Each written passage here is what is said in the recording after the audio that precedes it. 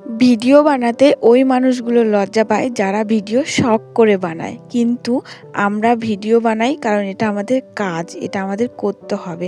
মানছি এখন এটাতে কোনো স্যালারি পাই না, কিন্তু যখন স্যালারি পাবো তখন তোমাদের থেকে ডবল স্যালারি পাবো, এইটুখানি আমাদের মনের মধ্যে একটা বড় বিশ্বাস আছে। সো হ্যালো এভরিওয়ান, কেমন আছো তোমরা সবাই? আশা করি অনেক ভালো আছো, আর তোমাদের ভালোবাসায় আমিও অনেক ভালো আছি। তো দেখো, সকাল সকাল তোমাদের সাথে আমি আরও একটা নতুন ব্লগ নিয়ে চলে এসেছি। তো ঘুম থেকে উঠে মুখ টুক ধুয়ে টিফিন করে তারপরে এই যে এখানে বসে বসে মা, বৌদি, দাদা ওদের সাথে গল্প করছিলাম আর হাসাহাসি করছিলাম, মজা করছিলাম। আর ওইদিকে মা বসে বসে কাজ করছিল আর আমি এখানে বসে বসে সবার সাথে গল্প করছিলাম। তোমরাও একটু গল্পটা শোনো। নতুন সদস্য পাড়ার না।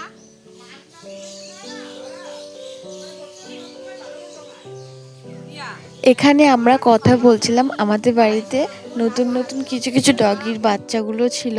তো ওরা হালকা একটু বড় হয়েছে আর ওরা না একটা কাজ করে, মানে আমাদের বাড়িতে খায় আর রাতে গিয়ে ঘুমায় অন্য লোকের বাড়িতে।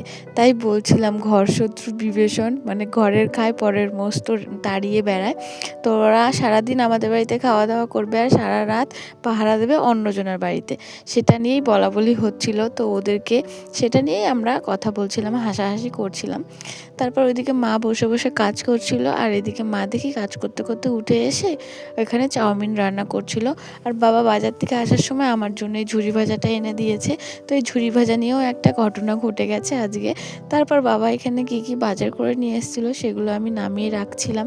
এখানে ছিল উচ্ছে, তারপর ছিল এখানে ভেন্ডি, সরি ওটা উচ্ছে ছিল না, পটল ছিল বেশ।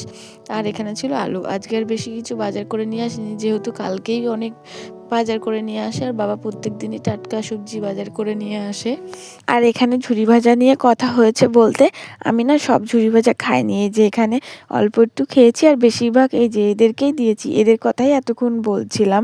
তো ওই যে আরেকজনা চলে এসছে খাওয়ার জন্য, তো ওকেও দিয়ে দিয়েছি। আর তারপরে এখানে আমি এটা না খেয়ে রেখে দিয়েছিলাম, চাউমিন খাবো সেই কারণে। মা চাউমিন করছে। তারপর পরে বিকেলবেলা ননাকে আমি বলছি যে ঘরে ঝুরি ভাজা আছে, তো ও বলছে কি কই চলো আমাকে দেবা। আমি বলছি ঠিক আছে তাহলে তুই বস, আমি ঘরে গিয়ে খুঁজে আসি। তো আমি ঘরে গেছি, কোথাও খুঁজে পাচ্ছি না।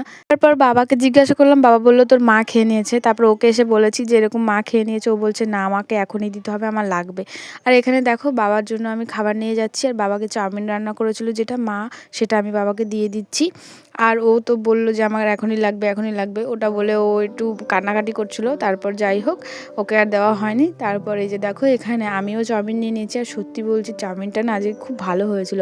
আর চাউমিনটা রান্না করার পর উনানে রেখে দিয়েছিল, তো হালকা শক্ত শক্ত হয়ে গেছিলো, তো সেই কারণে আমার আরও বেশি ভালো লাগছিলো। তো ওখানে ভাইকে আর বাবাকে আমি দিয়ে এসেছি আর এই যে মার জন্য রেখে দিলাম আর আমি নিয়ে নিয়েছি। চলো এবার চাউমিনটা বসে বসে খাওয়া যাক। আর চলো তার আগে একটু সস নিয়ে নিই, এই সসটা খেতে ভালো লাগে, কিন্তু বেশি মিষ্টি তো বেশি খেতে ভালো লাগে না, অল্প স্বল্প ঠিক আছে। কিন্তু ননা এই সসটা খেতে প্রচণ্ড ভালোবাসে, ও আমাদের বাড়ি থেকে আসার সময় সসটাও নিয়ে এসেছে। আমার শাশুড়ি বলেছে যাও নিয়ে যাও, আবার ও তুমি আসার সময় নিয়ে চলে আসবা। তারপরে এই যে দেখো এখানে চাউমিন খেয়ে নিলাম, এখন চলে যাব একটু বাসন টাসন মাজতে। আর ওই যে ওই সাইডে এখন বাসন মাজতে যাব টাইম কলের দিকে। আর এদিকে বাবাকে বলছি বাবা তাড়াতাড়ি ঘর থেকে বেরিয়ে আসো, হনুমান এসে আম গাছে খেয়ে নিচ্ছে। তো ওই যে ওখানে হনুমানে খুব উৎপাত করছে, সেটাই বাবা তাড়াতাড়ি করে বেরিয়ে এসে তাড়ানোর চেষ্টা করছে। আর হনুমানগুলো যে এত জ্বালাচ্ছে বলে বোঝানো যাবে না, ওই যে বাবা গুলটি নিয়ে হনুমানগুলো তাড়াচ্ছে। আর আমি ওই যে ওখানে বসে বসে বাসন কটা মেজে নিয়েছি, এরপর এই যে বাসন কটা আমি উপর করে ধুয়ে দেবো।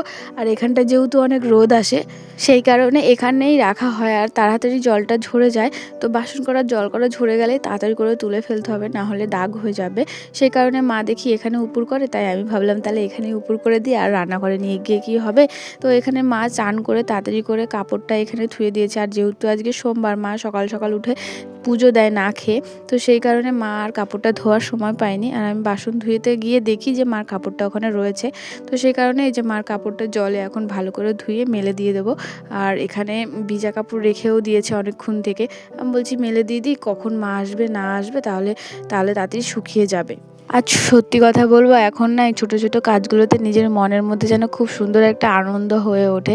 এত ভালো লাগে কি বলবো, মার এই ছোটো ছোটো হেল্প করে দিতে পারলে নিজেরও ভালো লাগে। আর হনুমানগুলো যে এত পরিমাণে জ্বালাচ্ছে তোমাদের সেটা বলে বোঝাতে পারবো না। মানে হনুমানগুলো মাঝে মাঝে এত জ্বালা, আমি বাবাকে বলছি বাবা তাড়াতাড়ি বাইরে আসো, ওই দেখো হনুমান এসে, বাবা দৌড়িয়ে এসেছে, এই যে হনুমানটাকে খেদানোর চেষ্টা করছে, তো হনুমান তারা যাচ্ছিল না। আর এই বাচ্চা বাচ্চা হনুমানগুলো একটু বেশিই জ্বালায় আর কি। তো ওরা দৌড়িয়ে আসবে, এক থোকা ছোটো ছোটো আম হয়েছে, এক থোকা আম নিয়ে দৌড়িয়ে পালাবে, মানে এত পরিমাণে জ্বালায় কি আর বলবো। তারপর দেখো এখানে আমার কাজটা হয়ে গেছে, আর বাবা তো এখানেই দাঁড়িয়ে রয়েছে, এখান থেকে যাচ্ছেও না, আবার আসবে সেই কারণে। তো দেখো আমার কাজটা কমপ্লিট হয়ে গেছে, এবার চলে যাব ঘরের বিছনা তুলতে, কারণ এখনও সকাল থেকে বিছনা তুলিনি। আর আমি ঘুম থেকে উঠে বিছনাটা তুলি না, মানে বাইরে চলে যাই, খাওয়া দাওয়া করি, রেস্ট নিই, তারপরে আসি ঘরে নিশ্চিন্তে কাজ করতে। নাহলে ঘুম থেকে উঠে ওই মুহূর্তে কাজ করতে ভালো লাগে না। আর আমার ওই বাড়িতেও তাই, আমি ঘুম থেকে উঠে কমই কাজ করি, আমি সব কাজ সেরে তারপরে গিয়ে লাস্টে বিছনাটা তুলি, সুন্দর করে কাজটা করি। তো ওই মুহূর্তে করতে আমার ভালো লাগে না, সেই কারণে আমি করি না, কমই করি। আজকে ভাবছি বেড কাভারটা চেঞ্জ করব। কেন, এই যে বেড কাভারটা রয়েছে না, এটা না সুতির না, খুব অসুবিধা হয়, একটু নড়াচড়া করলে যেন বেড কাভারও মানে গায়ের সাথে চলে আসে। দেখো তোমরা কেমন পরিমাণে গুটিয়ে গেছে, আমি কি এত দস্যুর মতন সত্যিই ঘুমাই যে আমার বেড কাভার এত গুটিয়ে যাবে। তারপরে ওই দিকটায় দিয়ে দিলাম, কারণ আমার দেখতে ভালো লাগছে। ভাবছি কি এই বেড কাভারগুলো না টিনের মধ্যে দিয়ে দেবো, টিনটা অন্তত দেখা যাবে না, ভালো লাগবে। তারপরে এইদিকে ভালো করে সব কিছু গুটিয়ে গাটিয়ে সুন্দর করে ধুয়ে দিচ্ছি। আর ভাবছি এই কাঁথাটা পেতে দেবো, এই কাঁথাটা একটু সুতির, তো অতটা না নড়াচড়া হবে না। আর যেহেতু ম্যাট্রেসটার মধ্যে প্লাস্টিক দেওয়া আছে, তো একটু নড়াচড়া করলেই ম্যাট্রেসটা সহকারে কাঁথা বালিশ যা আছে সব গুটিয়ে যায়। সেই কারণে এই সুতির কাপড়টা দিয়ে দিলাম, তাহলে এখন আর অতটা অসুবিধা হবে না। আর এই সুতির বেড কাভারটা পেতে দিচ্ছি। আর আমি এমনিতেও সাদা কালারের ওপর বেশি ভালো লাগে, সাদা কালারের ওপর বেশি আসক্ত হয়ে যাই। তো এই যে মাকে বললাম, মা তুমি সাদা কালারের বেড কাভারটা দাও, ওটাই আমি পাতবো। তো যা বলা তাই, এই যে আমি সাদা কালারের বেড কাভারটা পেতে দিচ্ছি। আর এই যে আমার হেল্পার চলে এসে, ও বলছে মনি তোমাকে আমি বালিশ দেবো, তুমি কিন্তু নিজে নিজে বালিশ নেবা না। তো আমি বলছি ঠিক আছে। তো এই বালিশটা ও চাগাতে পারবে না, সের জন্য ওটা দিইনি। আর এই যে দেখো ও মাথায় করে করে এই যে এরকম করে আমাকে একটা একটা করে বালিশ এনে দেবে। তো ওরকম করে ও আমার সবসময় হেল্প করে দেয়, সারাদিন টুকটাক টুকটাক যা কাজ করি ও আমার হাতে হাতে হেল্প করে দেবে। না আমাকে গ্লাস এনে দে, না আমাকে বাটি এনে দে, আমি সত্যিই ওকে দিয়ে কাজ করাই, আর ও এনেও দেয়। ও একটা কাজ নেই যে ও আমাকে বারণ করবে যে মনে আমি করবো না, আমার ভালো লাগছে না, কারণ ও সব সময় আমি যেটা বলি সেটাই শোনে। আর ও আমাকে অন্তত প্রচুর ভালোবাসে, আমি যখন যেটা চাই তখন সেটা দেয়, আমি যেটা বলি তখন সেটা শোনে। তো প্রচুর ভালো। আর এই যে দেখো ও এখন ওড়না নিয়ে আমার বউ খেলছে, তো এখন ও ওরকম করে খেলা করছে। আর এদিকে আমার যেই জামা কাপড়গুলো ছিল ওগুলো একটু গুটিয়ে নিয়েছি। আর এই মিড কেসটার ওপরে দুদিন ধরে হাত দিই না বলে মিড কেসটাও একটু এলোমেলো হয়ে রয়েছে। তো চলো এটা ভালোভাবে গুছিয়ে নিই। আর অনেক দিন ধরে না ওষুধ খাই না, তাই একটু ওষুধ খেয়ে নিলাম। আর মা আমাকে সমানে বকা দিচ্ছে যে ওষুধ খাস না, দাঁড়া তোর শাশুড়িকে ফোন করে বলবো, রূপমকে ফোন করে বলবো তুই ওষুধ খাস না। আমি বলছি ঠিক আছে, তাই আমি ওষুধটা খেয়ে নিলাম। আর ওষুধ বেশি নেই, একটুখানি আছে। আর আমার এরকমই হয়, যখন শরীর খারাপ হয় তখন ওষুধ খাওয়ার জন্য বিশাল তাড়াহুড়ো, যেই একটু ভালো হয়ে যায় তখন আর ওষুধ খেতে চাই না, ওষুধ খেতে ভালো লাগে না। এটা আমার সাথেই হয় না, কার কার সাথে হয় একটু বলো তো। তারপরে এই যে দেখো আমার ঘরটা গোছানো হয়ে গেছে, কেমন লাগছে বলো, আমার বাবার ছোট্ট তাজমহল কেমন লাগছে অবশ্যই বলো। এখন বিছনা টিছনা গুটিয়ে নিয়েছি, আর ঘরটা তো তোমাদের দেখিয়ে দিলাম, চলো বারান্দাটাও দেখিয়ে দিই। আর এই যে মার পুজো দেওয়া হয়ে গেছে, তো মার পুজো দেওয়া হয়ে গেছে সকাল সকাল, সেই কারণে তোমাদের সাথে একটু ছোট্ট করে শেয়ার করে দিলাম। আর এই বারান্দার বিছানা তো কালকে গুটিয়েছি, সে কারণে আজকে আর হাত দিলাম না। কেমন হয়েছে অবশ্যই বলো। এরপর একদম স্নান করে চলে এসেছি, আমার আর কোনো কাজ ছিল না, তাই তো এই যে এখন আমি একটু রেডি হয়ে নেবো, চলো মাথাটা আছড়ে নিয়ে। আর আমার মা আমার মাথায় যে এত পরিমাণে তেল দিয়েছে বলে বোঝাতে পারবো না, তোমরাই দেখো মাথা চকচক চকচক করছে, মাথা দিয়ে জিল মারছে। মাকে বলেছি মা একটু অল্প তেল দিয়ে দাও, তো আমার মার হাতে কোনো কিছুই অল্প ওঠে না, কেউ রান্না করলে সেটাও অল্প ওঠে না, মানে কাউকে যদি কোনো তরকারি দেয় সেটাও অল্প ওঠে না, কেউ যদি কিছু চায় সেটার দিক থেকেও অল্প ওঠে না, কেউ যদি ভাত খেতে আসে সেটার দিক থেকেও অল্প ওঠে না, মানে সব কিছুতে আমার মার হাতে একটু বেশি বেশি পড়ে। তো মা বলছে কি দে অল্প করে তেল দিয়ে দেবো, অল্প করে তেল দিয়ে দেবো। তো এই যে অল্প তেল এত সুন্দর হয়েছে, মাথা পুরো চকচক করছে।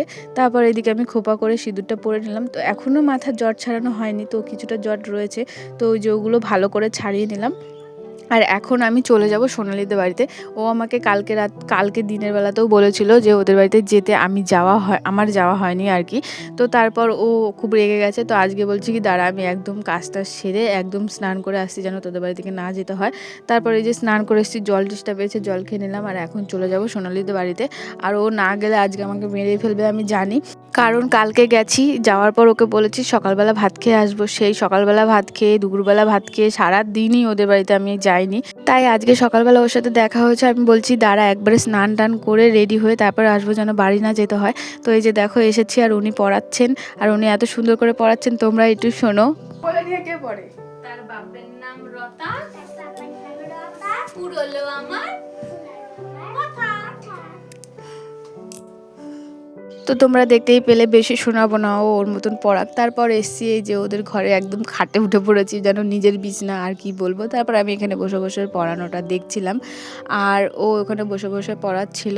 তারপর এই পুতুলটা নিয়ে আমি একটু খেলাধুলা করছিলাম। তারপর ওদের বাড়িতে গিয়ে একটু ভিডিও টিডিও করে মজা করে তারপরে আমি বাড়ি চলে যাচ্ছি। আর তার আগে এই মহারাজকে আনতে যাচ্ছি, কারণ ও বাড়ি চলে এসছে, মা বকা দিয়েছে সেই কারণে। আর এই যে ওই যে স্টুডেন্টের টিচার বসে রয়েছে ওখানে, তো ওকে টাটা করে দিয়ে চলে যাচ্ছি। বাড়ি এসে ভাত খেয়েছি, খাওয়া দাওয়া করার পর ভিডিওটা আমার আজকে এখানে শেষ করছি।